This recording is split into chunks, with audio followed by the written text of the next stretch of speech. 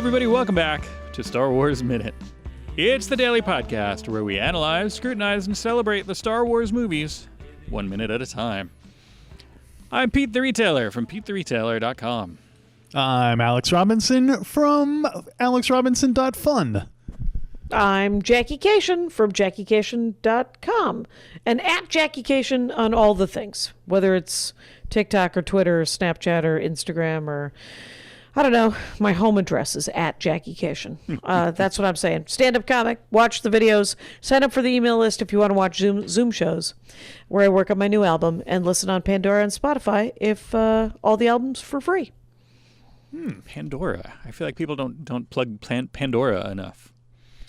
It's nice. I can do actual little ads when you listen to the Kashian station, and that's a thing because it rhymes. Of course. And you'll hear me going, "Hey, you're listening to the Jackie Kashian station on Pandora," and then I tell them some anecdote, and it's 15 seconds.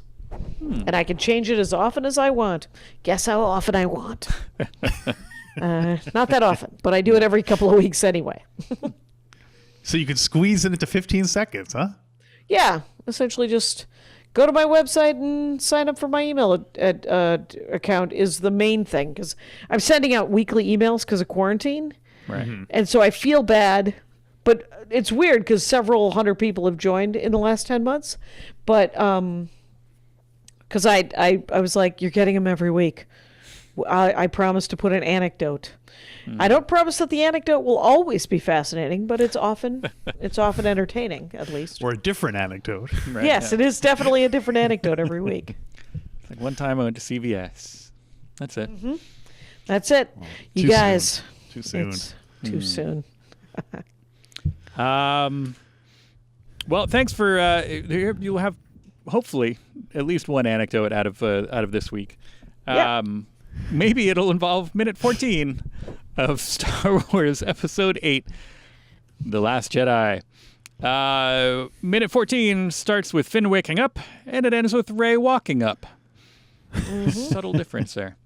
My Clumsy first, old Finn. My first note is about Finn's bubble, his security, his medical tent here. Is that Bacta? Is it a Bacta bubble? I can confirm this. You can? What? Wait, this does feel like a setup. And Jackie just asked what's Bacta. Or is that an updog bubble? The stuff that Luke Skywalker is floating in Empire Strikes Back after the Wampa attack. It's a Bacta tank. And we've only seen it in that kind of tank form where it's like a full thing that you have to soak in. But We maybe also saw it in Rogue One. And in Rogue One? We with saw Darth Vader in it being lowered into it. Sans suit. So have they made advancements to the Bacta field, and is this a mini bubble Bacta suit? A Bacta goose? Well, I can tell you it is a Flex Poly Bacta suit. It's manufactured by the Zaltin Corporation. And so there you go. That's very little information about it. The Wikipedia said we saw it first used for the injured First Order deserter Finn. I thought it was interesting that they referred to him, like that is the phrase they use to identify, not resistance, convert. Right. Little judgmental. This feels like, someone's rooting for the wrong side. Yeah. Not only was he in the First Order, but he deserted. Right. It's like, it's a little anti-Finn bias there, it seems to me. Mm-hmm. But yes, it is a Bacta suit.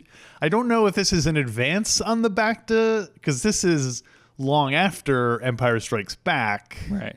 So is this like an advance, or is this just like we can't afford a real Bacta tank, let's just throw them in one of these Bacta suits, like a triage kind of situation where keep them in there until we can get them to a real Bacta tank.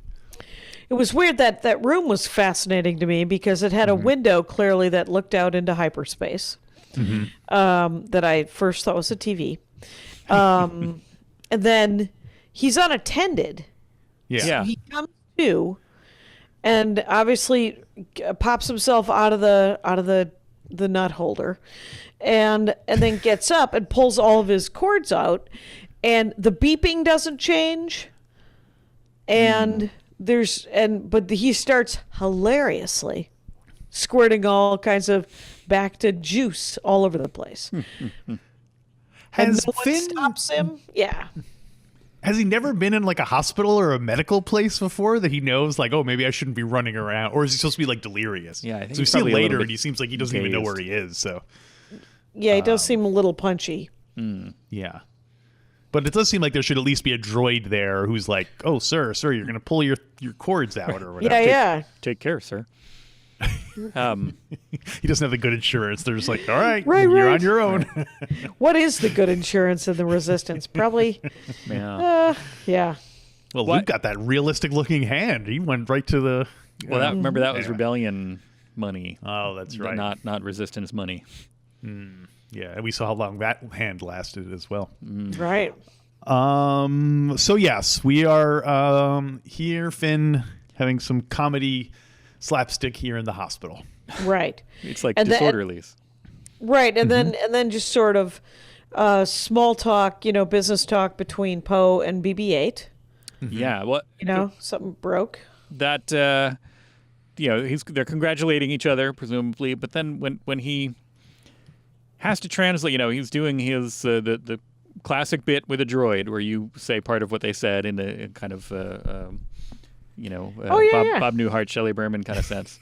But it made me think, because the way that he's kind of confused, he's like, wait, Finn naked leaking bag? Like, does BB-8 always, does he speak in just kind of, concepts or like generalities, or is he speaking in full sentences, like with a grammar, or is he just like spouting out concepts almost like the way that we now interpret, hieroglyphics or something, where it's just like, oh, these concepts, when you add them up, make a... Or like a gorilla doing sign language. Right, yeah.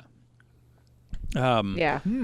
Is he, is he just, but does he basically have an understanding enough with Poe that Poe understands, all right, when I say, Finn naked leaking bag, this is a bad example because he doesn't have any idea what he's talking about, but would he normally, instead of saying like, hey, I'm going to the store, would he say like, BB-8 store or something like that? Or have you seen that, that it was on YouTube or TikTok? There's the lady with the kind of the electronic sound pad set up for her dog, and the dog hits different words to make sentences.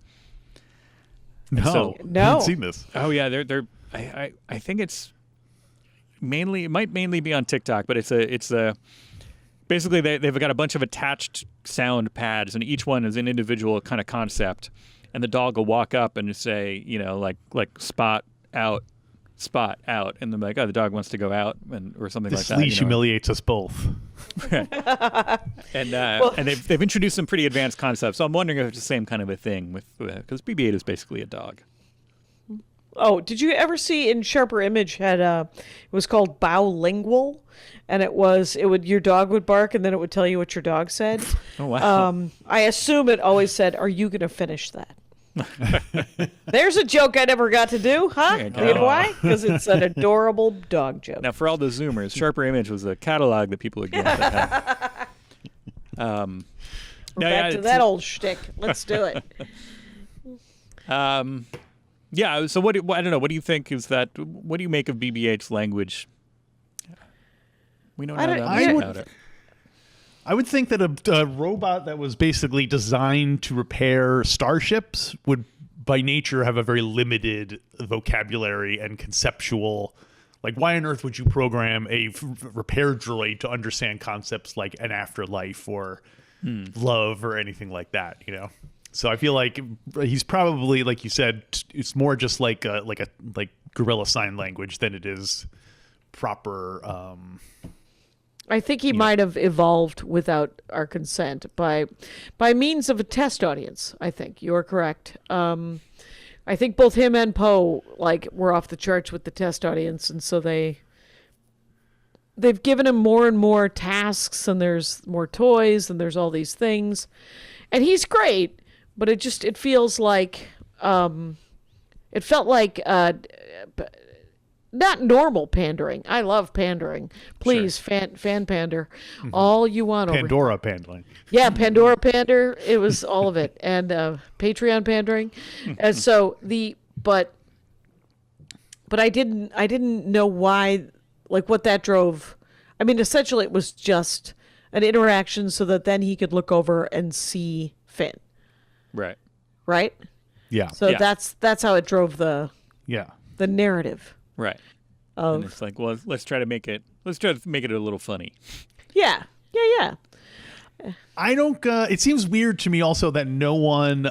They see Finn wandering around the hallways, leaking back to fluid, and none of the rebels are like, "Are you okay, sir?" Like, we got a party. We're not. I'm going to a party. Someone else will take him.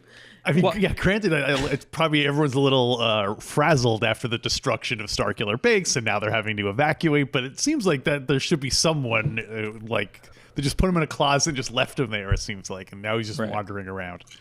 Well, so especially, I was going to say, well, maybe nobody knows who he is and nobody cares. But then later we'll see that nobody cares. Here's a quarter. Call someone who cares. Maybe a little bit later we'll find out, like, well, he's already got a little bit of a status. You know, he's already a little bit legendary. He's a first order deserter. Right. Yeah, and he's got status. Like, he's the guy. Like, so it's weird that, especially, you know, based on in a little bit, like how Rose treats him when she sees him. It's weird that everybody, not only are they running around, like they should either be like, hey, like, are you okay? You need to get back into the hospital. Or like, oh, hey, can I have your autograph? Because you're Finn. Right. Yeah, I don't know. It was, but I do want, I wanted better medical care for him. That's what I wanted. Well, maybe there is a medical droid rushing to his side, because in this, I didn't look up if it's a medical droid. I assumed, because it was kind of that teal color, that he was a medical droid. But in front of Finn, we see the kind of the dark teal BB8 known as BB9E. I missed him. He rolls kind of right. Oh, it's not BB9E. BB9E is the evil BB8 that we saw. Does he have a goatee by any chance? Parallel universe. BB series astromech droid. I forgot which this one is called. I have a sock of this droid. Stance made some good socks when the Force Awakens came out, and then it's a double set of BB9E and this guy. But I always forget what this droid's name is. So Weird. I don't have it in front of me now, huh? I was but he so might sure. have been a medical droid. He might have been a medical droid. I'm thinking it's a medical droid. Because it's definitely got. Oh, here we go. It is 2BB2. That's why I never remember it. 2BB2. 2BB2. Palindrome. 2BB2. It was a blue-plated BB series astromech droid with masculine programming in the service of the Resistance. Continues to be very annoying droid? that they program robots with genders. Right, yeah, that's a whole different. Doesn't make any sense. Doesn't say whether or not. I can't figure out if he's a medical droid or not, so I'm assuming. I'll just assume that he is, and he's rushing to. He's like, whoa! You shouldn't be standing. Like, let's get you back in bed. We need 50 cc's of back to stat. Right. The whole droid thing in the Star Wars universe is so interesting to me, just because I like that there can be evil droids, and that there are ones that are that are sort of sentient enough to I guess enjoy it. Like there's the Dr. Aphra comic book that I'm reading. Oh yeah.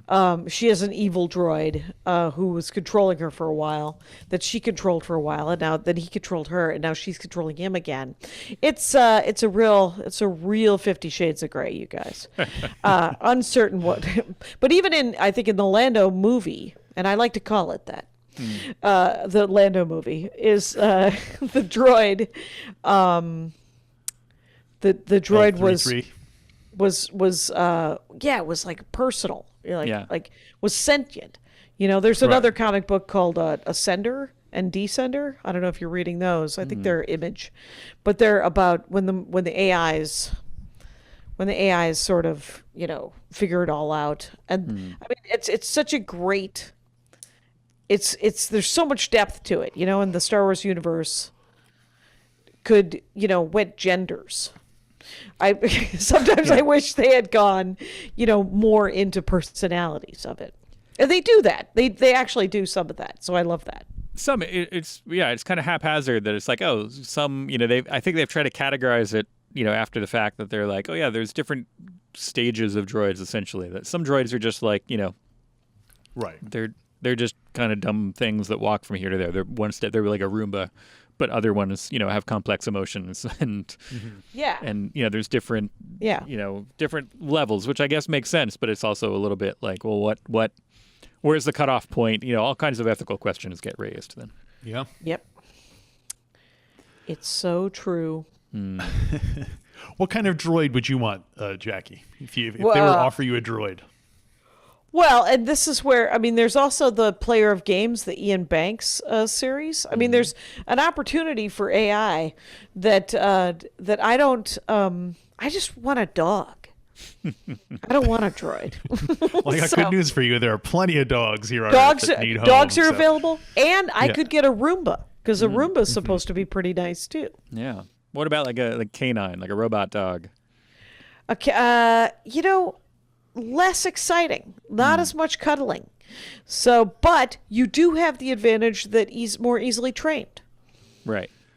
Yeah. I want a robot dog. I want it to be like one of those terrifying like videos you see from where they're doing those robotic things at like MIT and stuff, and there's a robot and they like trying to kick it over and it's like standing up by itself and running over. Did you guys ever see Axel on Netflix? It's terrible. AXL, the Army has created a robot murder dog, and the robot murder dog does not want to be a robot murder dog, so he runs away from the Army, and he finds a deserter. He's also a deserter, and he finds a friend who has a motorbike, and they run, and they play, and they jump. And then, just to let you know, here's the big twist in the movie, Axel, the Army would like their robot murder dog back. It's kind of like a mix of Watership Down and Plague Dogs together into one. This is a children's show or a movie? It's a children's movie, and it's more Pump Up the Volume, but not even as good as Pump Up the Volume. It's a terrible movie. Okay. But I would ruin it because you can't ruin the first time I've seen it a half a dozen times, quite honestly, Axel. Oh, wow. Yeah. The first time I saw it was on the back of an airplane chair, on mute. And I recommend that's how you see it, on mute, because it looks really cool and the robot dog is cool, but it's a dumb movie. And so I'm going to ruin it. And there's no getting over it. It's just the fact that, the Army wants their dog back. Sure. And so Axel does not want to go back, so he blows himself up. But here's the thing. We can't handle it as a movie-going audience, even if it's a robot murder dog dying. So there's 20 more minutes of movie where we find out that Axel has blown himself up, but he has also backed himself up on the dark web. He's coming back. There you go. Ketamine and child brides for us all, and Axel too. There'll be two Axels. Double Axels. Double Axel. Double Axel. Oh, there you go. Anyway, so yeah, I mean, that scene was interesting, and I mean, it was really cool. It had that good busyness that I like in a Star Wars shot. Mm-hmm. Yeah, so you're saying you want a killer robot dog is your droid choice. Yeah, I wouldn't mind that. One that would protect me, sure. Sure. Mm-hmm. So now we're building it as Ray's Aunt Jackie, who has a killer robot dog. Right. Totally. Right, and the whole Ray walking up that mountain. Yeah. Yeah. There's anti-grav. What are they doing? Why is she walking up that mountain? It's like Mamma Mia. I don't know if you ever saw that very mediocre musical. But when all those old people are walking up that Greek hill and singing songs, I just want to go, oh, was this in their contract? But at least Ray is like 20. So yeah, right. And she grew up in a desert. She might not even know that there was. They should have had her getting to the top, and then there's like an elevator right there. She's like, "Oh!" Or a funicular. Yeah. Right. There's like an attendant going down. And she's like, "Oh." No. When she gets all the way to the top, and then it's like stairs out of order. Right. Right, You know, yeah. please use elevator. We see, speaking of little transport things, we see some rebel. We see one of those I don't know how you say Abednego. I thought you had a technical name for the little golf cart, but you're talking about Oh, the no, aliens. no. Yeah, Abednego. No, I was going to talk about you see one of the aliens, and Right. I don't know if it's Adi Amuva, who's a tech, or whether it's Kai Threnali, who is a pilot, Right. but does not have any Wikipedia, nothing on that. Not even like, oh, this is a pilot or anything. Weird. Jackie, were you aware that these aliens are named after Beastie Boys songs? No. Oh my gosh, no. In is the that previous true? movie, there was one of these aliens named Elo Asti, Which is Okay. and Hello, a whole Nasty. bunch of other ones too. And yeah, they're the race Abednego there's a Beastie Boys song about Shadrach, Meshach, Abednego. And Abednego, Right. the three guys who went into the oven. Right. I know my Bible history. I just don't know my Beastie Boy history. That's where it all falls apart for me. And I think it started with just one or two that J.J. Abrams, apparently a big Beastie Boys fan. If you speaking of Star Trek, he put it in there, and then kind of the behind the scenes they've run with it and make every member of this race is now somehow a Beastie Boys reference. yeah. That is fun. I'm glad they're having fun. That is a fun thing for them to do for themselves. And I don't know what band I would name everything after. That was going to be my follow-up question: is what band would you insist that everyone work in references music to? is the Dork Forest. Whenever it's a musical dorkdom, because the Dork Forest people come out and talk about what they love. Whenever it's musical, it is just glaringly obvious that I don't know things. The most current one was Stevie Nicks, where Jackie Kashian got to learn that Stevie Nicks was in Fleetwood Mac. Wow. And she was you like, are hardcore. What? And I said, I'm sure I've heard the music. And so I buy maybe one or two albums a year. I don't listen to music a lot. I tend to listen to the same 45 songs over and over for about 2 years. So if not the Beastie Boys, would you do like a great comedian? Would you do like who? What would you reference? What would you say? Oh, you know what? I want everyone to do a Danny Thomas reference. All these aliens are going to be named after Danny Thomas projects. It's you know what it'd be? It would be some weird book series that only I have read. You know, where you're just like, this person should be famous, because that's what it obviously is. Someone's a huge Beastie Boy fan. They're like, you should be listening to more Beastie Boys. Get this? and they're like weird Easter eggs for Beastie Boy fans. Yeah. And I would, there's two science fiction series that are a couple of my favorite. One is it's immortality and time travel. So I wouldn't call it space opera, but I wouldn't, it's not as hard. It's more hard science, but it's not hard science like Gibson or Ian Banks can be, right? It would be Cage Baker's The Company series. But then there's this space opera series by Lois McMaster Bujold, which is fantastic. It is essentially Game of Thrones, but finished.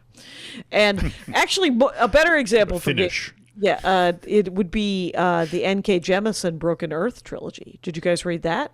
No. That's she won the Hugo 3 years in a row, and the comedy connection is that N.K. Jemisin's cousin, W. Kamau Bell. Oh, wow. Wow. Yeah. Small world. Yeah, smallest. I was in an elevator with her on the Joko cruise, the Jonathan Colton cruise thing. And I don't know. I would pick weird books. I wouldn't pick weird bands, I guess. Yeah. Right. Yeah. I think I would pick something by someone I wanted to meet. Oh, yeah. That's a Like great I would have an excuse to say, like, so that if I can't even think of anyone off the top of my head. That's but, conversation. What exactly. band would it be? Well, and then you wouldn't even have to build it up that way. People would always be like, at mentioning both of you to be like, oh, this guy likes this guy. Yeah. And hopefully the fans would put it together for you. Yeah. I guess off the top of my head, I would say, I don't know. First person I thought of was Elvis Costello, going in the music category. That's funny. That's Because that's what I thought that you would say. So I'm gonna go at predictable, Elvis Costello right now. I'm going to go Ringo Starr instead. Ringo Starr is who I want to.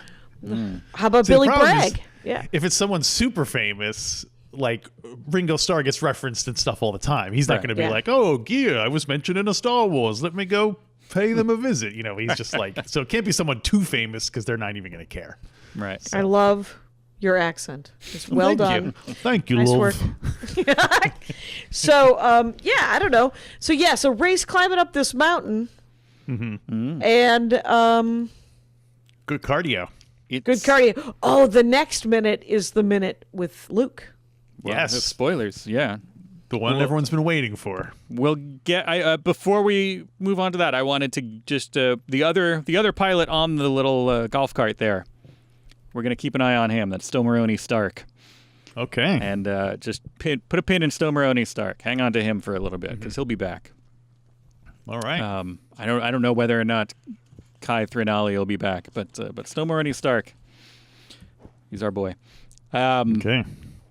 But that's the main thing. Basically, Finn woke up and said, "Where's Rey?" And then we're going to see Rey and Luke. So let's get to that if we can. Unless anybody else had anything for 14. I'm good. I'm good. All right, so let's call it there. Hey, I think we mentioned it at the beginning of the week, but if you're listening to this, we are also on YouTube now. So if you can, please go there and subscribe.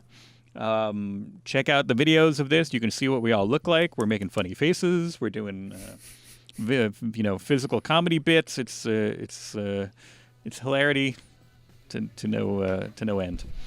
And hopefully you do that. You'll come back and either watch us or listen to us tomorrow on Star Wars Minute. Star Wars Minute. Boy,